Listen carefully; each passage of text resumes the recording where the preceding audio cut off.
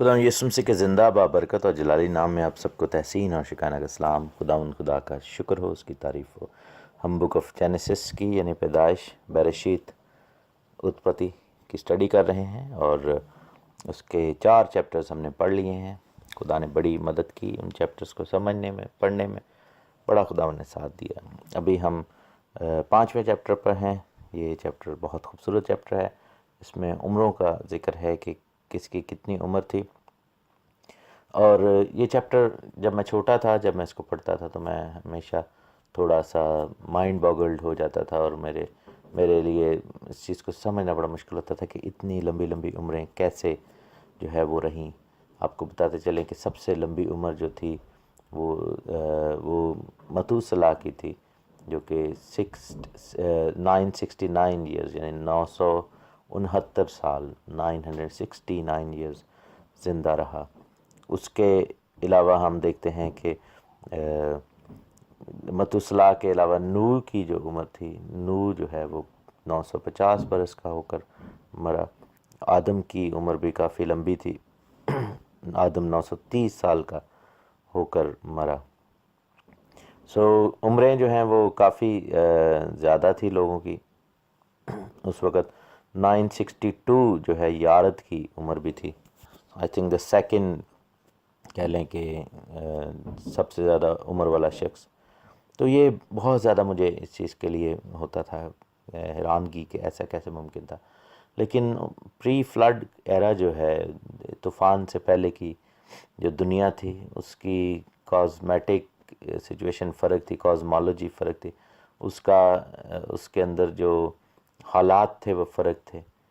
Even کہ میں یہ کہوں گا کہ وہ جو فضا تھی اس کی وہ فرق تھی۔ جو آکسیجن لوگ بریتھ کرتے تھے اس کی اماؤنٹ شاید بہت زیادہ تھی، اور ایسے کچھ فیکٹرز یا عوامل تھے جن کو فلڈ سے پہلے یا تو خدا نے ریموو کر دیا، یا پھر یہ ہے کہ فلڈ کے دوران وہ چیزیں ڈسٹروائے ہو گئیں۔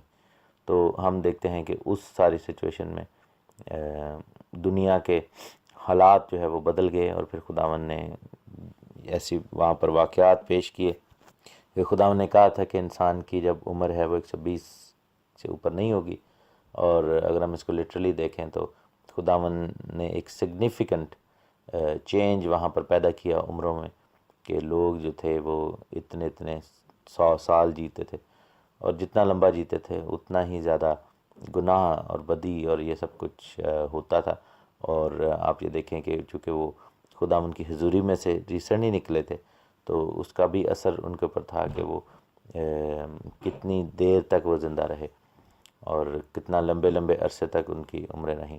لیکن خداوند نے دیکھیں کہ فلڈ کے فوراً بعد اس کو ایک دم ریڈیوس کر دیا، اور یہ کام جو ہے وہ ہم دیکھتے ہیں کہ جب ریڈیوس ہو گیا، عمریں ریڈیوس ہو گئیں، تو اب 120 سے 70 اور 80 جب داؤد بادشاہ کا دور تھا، تو اس نے پھر لکھا کہ 70 ورے تک 80 ورے تک آخر نو پھر ہے فنا، یعنی کہ عمریں جو ہیں وہ کم ہوتی گئیں بدتدریج۔ 5ویں باب کی پہلی آیت ہے، یہ لکھا کہ یہ آدم کا نسب نامہ ہے۔ جس دن خدا نے آدم کو پیدا کیا تو اسے اپنی شبیہ پر بنایا، نر اور ناری ان کو پیدا کیا، ان کو برکت دی، اور جس روز وہ خلق ہوئے ان کا نام آدم رکھا۔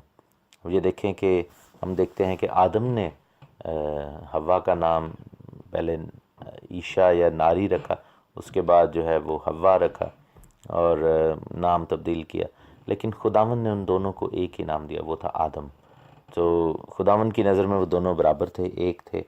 اور 5ویں باب کی پہلی آیت میں جب یہ لکھا ہے کہ یہ آدم کا نسب نامہ ہے، تو اٹس لائک اے ریمائنڈر کہ خداوند ایسا شاید الفاظ ایسے ہیں کہ خداوند چاہتا ہے کہ ہم جو کچھ بھی پیچھے ہوا ہے اس کو بھول جائیں اور اب دوبارہ سٹارٹ کریں کہ آدم کا نسب نامہ یہ ہے، کیونکہ اس سے تھوڑا ہی پہلے ہم دیکھتے ہیں کہ دنیا کے اندر گناہ بدی کا آغاز ہے اور قائن کی فیملی کا ذکر ہے۔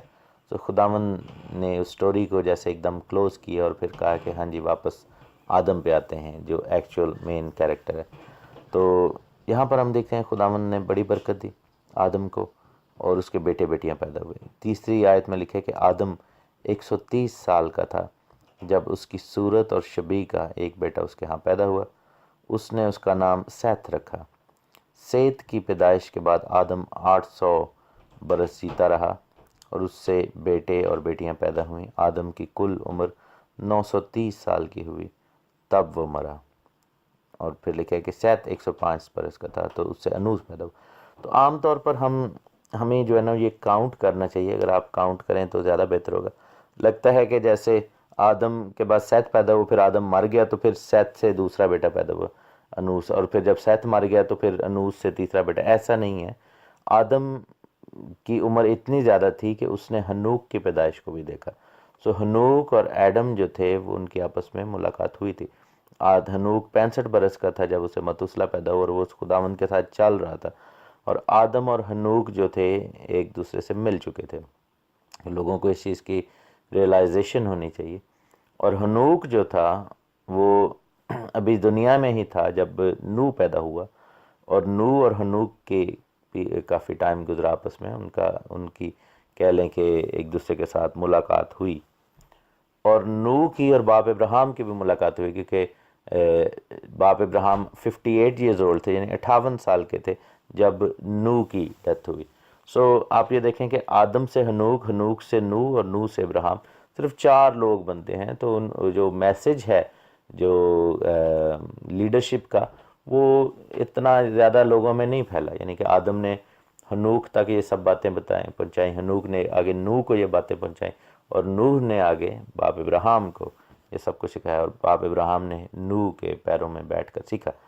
لیکن چونکہ میں نے جیسے آپ کو پہلے بتایا کہ جس کا جتنا رول ہے جب وہ ختم ہو گیا، جو کہ بائبل کی روح سے اس کی جو سگنیفیکنس ہے وہ ختم ہو گئی، تو بائبل اس سٹوری کو ادھر ہی کلوز کرتی ہے اور پھر نیکسٹ سٹوری پہ چلی جاتی ہے۔ تو اس چیپٹر میں آپ کو یہ چیز بار بار نظر آئے گی کہ سٹوریز جو ہیں وہ اوپن اور کلوز ہو رہی ہیں، لیکن ناٹ نیسیسریلی کہ وہ شخص کی ادھر ہی ڈیتھ ہو گئی ہے۔ جیسے ابھی آیت میں ہم نے پڑھا کہ آدم 130 سال کا تھا، تو اس سے اس کی شکل و صورت کا، اس کی شبیہ کا ایک بیٹا پیدا ہوا، اس نے اس کا نام سیت رکھا، اور اس سیت کی پیدائش کے بعد آدم جو ہے وہ 800 برس جیتا رہا، اور کل اس کے بیٹے اور بیٹیاں پیدا ہوئے، اور کل عمر 930 کی تھی، اور وہ مرا۔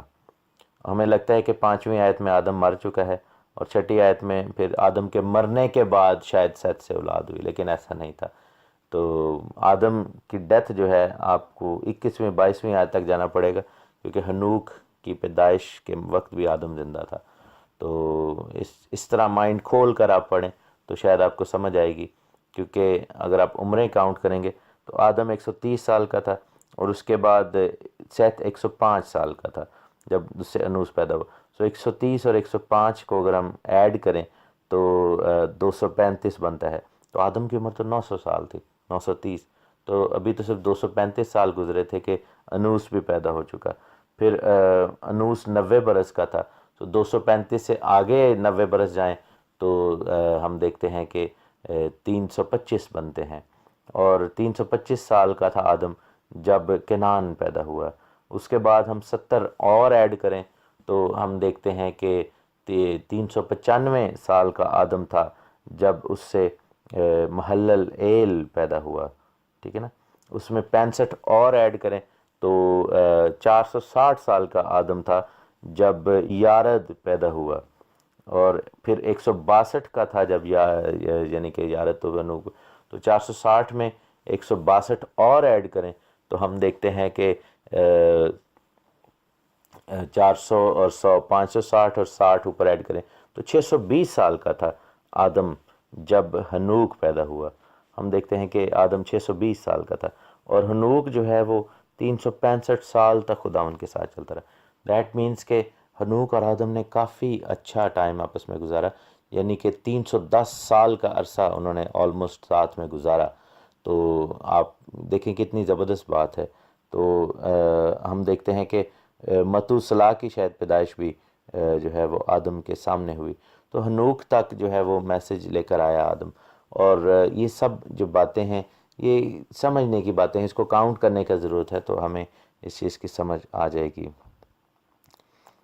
لکھا ہے کہ آدم کی شکل و صورت کا، جب اس کی صورت اور شبیہ کا بیٹا پیدا ہوا۔ جہاں پر اگر آپ پہلی 4 آیات میں دیکھیں تو آپ کو کتنا کلیئر فرق ہے کہ جیسے یہ شکایتاً ایسا لکھا ہے، ایسا بھی ہے، یا خداوند نے اس کو پوائنٹ آؤٹ کیا ہے کہ وہاں پر لکھا ہے کہ آدم کا نسب نامہ یہ ہے جس دن خدا نے آدم کو پیدا کیا تو اسے اپنی شبیہ پر بنایا. لیکن آگے جا کر جب لکھا ہے کہ جب آدم 130 سال کا تھا تو اس کی صورت اور شبیہ کا بیٹا پیدا ہوا.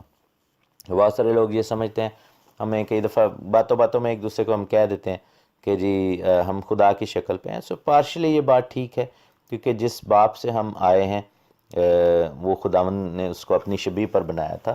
لیکن ہم سارے ایکچولی خداوند خدا کی شبیہ پر نہیں بلکہ آدم کی شبیہ پر ہیں، جو کہ سچائی ہے، کیونکہ بائبل میں لکھا ہے کہ سیت جو تھا وہ آدم کی شبیہ پر تھا. یہی بات جو ہے وہ پھر مکاشفہ کے طور پر کرنتھیوں کے خط میں پولس رسول نے بڑے زبردست بات میں کہی کہ میرے ساتھ دیکھیں پہلا کرنتھیوں اس کا 15واں باب دیکھیں، اس کی 45ویں آیت. چنانچہ لکھا ہے کہ پہلا آدمی یعنی آدم زندہ نفس بنا، پچھلا آدم زندگی بخشنے والی روح بنا. لیکن روحانی پہلے نہ تھا بلکہ نفسانی تھا، اس کے بعد روحانی ہوا. پہلا آدمی زمین سے یعنی خاکی تھا، دوسرا آدمی آسمانی ہے. جیسا وہ خاکی تھا ویسے ہی اور خاکی بھی ہیں، جیسا وہ آسمانی ہے ویسے ہی اور آسمانی بھی ہیں. جس طرح ہم اس خاکی کی صورت پر پیدا ہوئے اسی طرح اس آسمانی کی صورت پر بھی ہوں گے. اور پھر لکھا ہے کہ ہم یہ سب ایک دم میں ایک پل میں پچھلا نرسنگا پھونکتے ہی ہوگا، کیونکہ نرسنگا پھونکا جائے گا، مردے غیر فانی حالت میں اٹھیں گے اور ہم بدل جائیں گے. کیونکہ ضرور ہے کہ یہ فانی جسم بقا کا جامہ پہنے اور مرنے والا جسم حیات ابدی کا جامہ پہنے. ہاللیلویہ، خداوند کا شکر ہو اس بات کے لیے. سو بقا کا جامہ جو ہے وہ پہننا بڑا ضروری ہے. سو جب خداوند نے آدم کو اپنی شبیہ پر بنایا تھا تو اس کے پاس بقا کا جامہ تھا، وہ ہمیشہ کی زندگی میں تھا. لیکن گناہ نے اس سے وہ پریولیج چھین لیا اور اس کو محسوس ہوا کہ اب وہ جامہ جو ہے اس سے چلا گیا. وہ لباس چاہتا رہا جو کہ ابدی زندگی کا لباس تھا، اور ننگا پن اس کو نظر آیا، محسوس ہوا. اور پھر اس کے بعد جتنی بھی اولاد پیدا ہوئی وہ ساری آدم کی شبیہ پر ہے. ہم سب اپنے باپ آدم کی شبیہ پر ہیں. کیسے؟ گرائی ہوئی نیچر، گناہ آلود ہماری فطرت اور دل کے اندر برائی اور آزمائش اور یہ سب چیزیں، ہماری بدنی خواہشیں.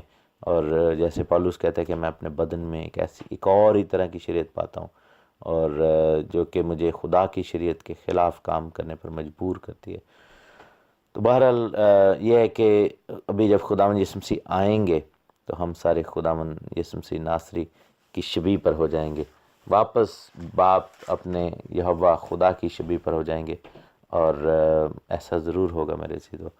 سو ابھی ہم وقت تھوڑا سا ہی رہ گیا، تو ہمیں اپنے آپ کو توبہ کر کے خداوند یسوع مسیح کے اندر لے کر آنا ہے، توبہ کرنی، بپتسمہ لینا ہے، اپنی زندگی خداوند کے دینی اور مسیح کو پہن لینا ہے، تاکہ مسیح جب آئے تو ہم سوئے نہ رہیں خاک میں بلکہ اٹھ کر اس کا استقبال کریں اور اپنی زندگیاں خداوند کو دے دیں.